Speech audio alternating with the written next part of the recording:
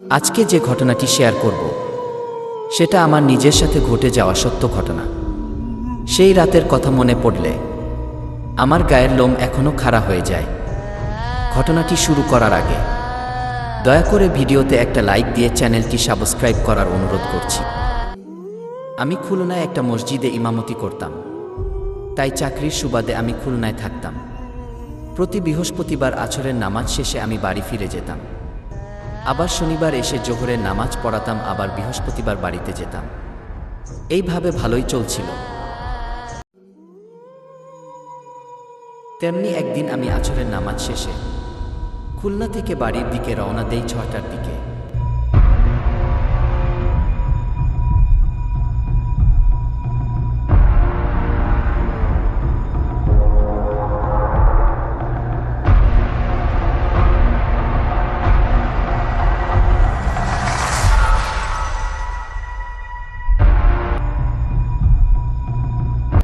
থানা সদর পৌঁছাতে রাত ৯টা বেজে যায়। সদর থেকে আমার বাড়ি আরও ২০ কিলোমিটার দূরে। কোনো গাড়ি না পেয়ে আমি একটা অটো ভাড়া করি।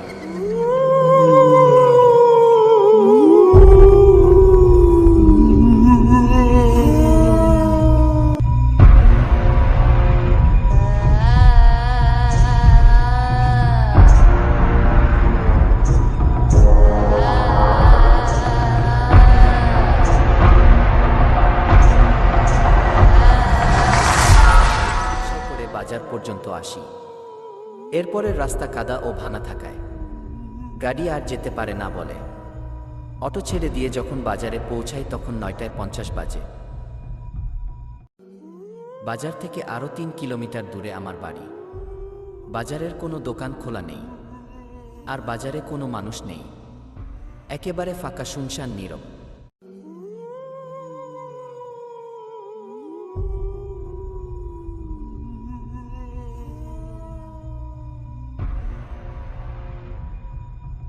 কিছু সময় আগে বৃষ্টি হয়ে গেছে। আকাশটা একটু মেঘলা থাকায় বেশ অন্ধকার লাগছে। আমার কাছে কোনো লাইটও নেই। কি করব, অন্ধকারেই হাঁটতে লাগলাম। যে রাস্তা দিয়ে আমি হাঁটছি তা মাটির রাস্তা। রাস্তায় হালকা কাদা পানি থাকায় রাস্তাটা একটু পিচ্ছিল, তাই অনেক সাবধানে হাঁটতে হচ্ছে।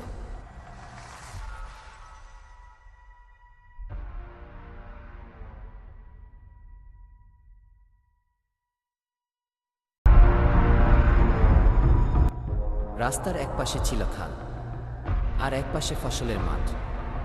আশেপাশে কোনো বাড়ি ঘর নেই।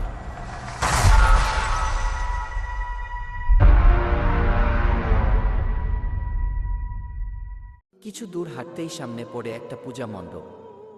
মণ্ডপের গেটের সামনে মহাদেবের বিশাল বড় একটা মূর্তি। মূর্তিটা আনুমানিক ৩০ ফুটের মতো লম্বা হবে। মূর্তিটার গায়ে শেওলা পড়ায় তাকে দেখতে অনেক ভয়ঙ্কর দেখাচ্ছে। পূজা মণ্ডপ রেখে কিছু দূর হাঁটতেই সামনে পড়ে অনেক পুরানো একটা শ্মশান। শ্মশানের দিকে যখন তাকালাম, আমার মনে হলো কেউ যেন ওখান থেকে দৌড়ে আসবে আমাকে ধরতে। কিছুই দেখি না, তারপরও আমার মনে হচ্ছে কেউ আমাকে দেখছে, কেউ আমাকে অনুসরণ করছে। আমার পেছনে বুঝি কেউ একজন আছে। মনে মনে দোয়া পড়তে থাকলাম, আর একটু জোরে হাঁটতে শুরু করলাম। রাস্তাটা পিচ্ছিল থাকায় দৌড়াতে পারছি না। প্রথমে দোয়াগুলো মনে থাকলেও পরে দোয়াগুলো ভুলে যেতে থাকি।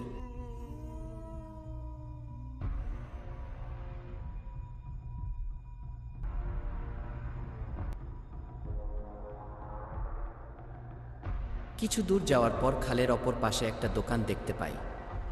দোকানটা বন্ধ, তবে দোকানের সামনে কেউ একজন বসে আছে। তাকে দেখে একটু সাহস পাই। লোকটিকে দেখে তার কাছে যাই। গিয়ে দেখি সে তো আমাদেরই গ্রামের ছেলে মহেশ। কিরে মহেশ, তুই এই রাতের বেলা এই শ্মশান ঘাটের পাশে বসে কি করিস? আমি এই শ্মশান ঘাটের পাশে বসে না থাকলে আপনাকে এত রাতে? এত রাত মানে? মহেশের কথা শুনে আমি পকেট থেকে ঘড়ি বের করে দেখলাম। তখন রাত ২:৩০ বাজে। ঘড়ির দিকে দেখে আমি যেন আকাশ থেকে পড়লাম। আমার সারা শরীর ঘামতে লাগলো। এত সময় তো হতে পারে না। আমি যতটুকু পথ হেঁটে এসেছি তা বেশি হলে 25 থেকে 30 মিনিট লাগবে। এত সময় তাহলে কোথা ছিলাম আমি? আমি কি এই 5 ঘন্টা ধরে হাঁটছি? আমি আর কিছু ভাবতে পারছি না। এদিকে মহেশ বলে উঠল, কি হয়েছে কাকাবাবু আপনার? আপনি এত ঘামছেন কেন? না না, কিছু না। মহেশ, তুমি কি আমার একটু বাড়ি পর্যন্ত পৌঁছে দিয়ে আসবে?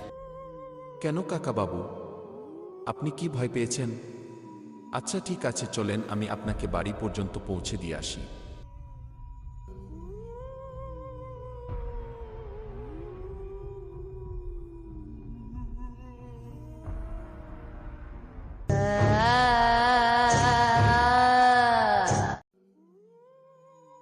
আমি মহেশকে কিছু বুঝতে দিলাম না। মহেশের সাথে হাঁটতে থাকলাম, কিন্তু মহেশ আমার পেছনে পেছনে হাঁটছে। আমি তাকে এত করে বললাম যে তুমি আমার সাথে সাথে হাঁটো। মহেশ তাতে রাজি হলো না। সে আমাকে সামনে হাঁটতে বলল, আর সে পেছনেই হাঁটবে। এদিকে আমি অনেক ভয় পেয়ে আছি, তাই ওর সাথে আর কথা বাড়ালাম না। যদি আবার রাগ করে আমাকে বাড়ি পর্যন্ত পৌঁছে দিতে অস্বীকার করে। বাড়ি পর্যন্ত পৌঁছে দিতে রাজি হয়েছে, তাই বা কম কিসে।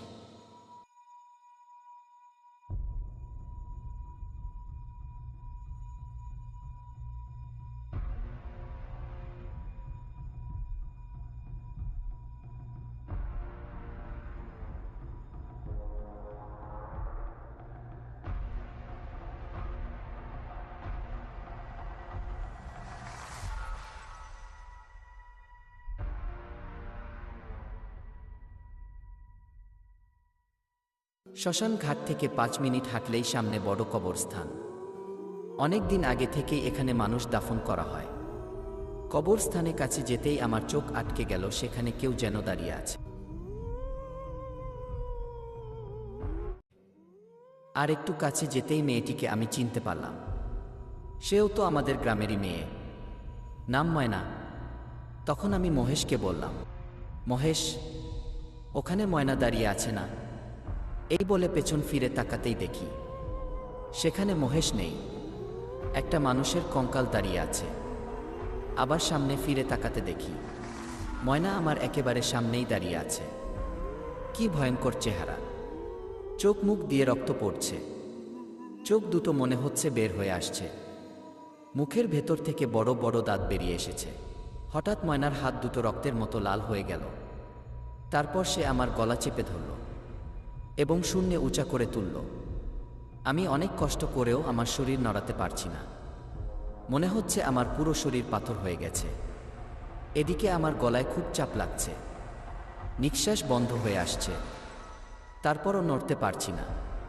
কোনো দোয়া কালামও মনে আসছে না। শুধু মনে হচ্ছে আজকে আমার শেষ দিন। তারপর দূর থেকে আজানের আওয়াজ ভেসে আসলো। তখন আমাকে ছেড়ে দিয়ে তারা দুইজন শূন্যে মিলিয়ে গেল।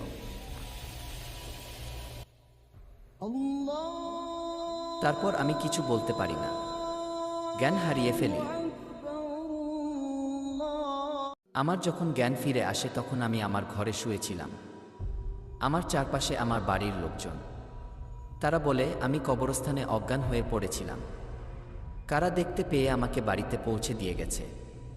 তখন আমি ময়না আর মহেশের কথা সব কিছু তাদের খুলে বলি। সব কিছু শুনে তারাও অবাক হয়ে যায়। তারা সব শুনে বলে, ময়না আর মহেশ ভালোবেসে বিয়ে করে, কিন্তু ছেলেটা হিন্দু আর মেয়েটা মুসলিম বলে তাদের আত্মীয় স্বজন, পাড়া প্রতিবেশী, এমনকি তাদের পরিবারের কেউ এই বিয়ে মেনে নেয়নি। পরে তারা দুজন আত্মহত্যা করে। ছেলেটাকে ওই শ্মশানে দাহ করা হয় এবং মেয়েটিকে ওই কবরস্থানে দাফন করা হয়।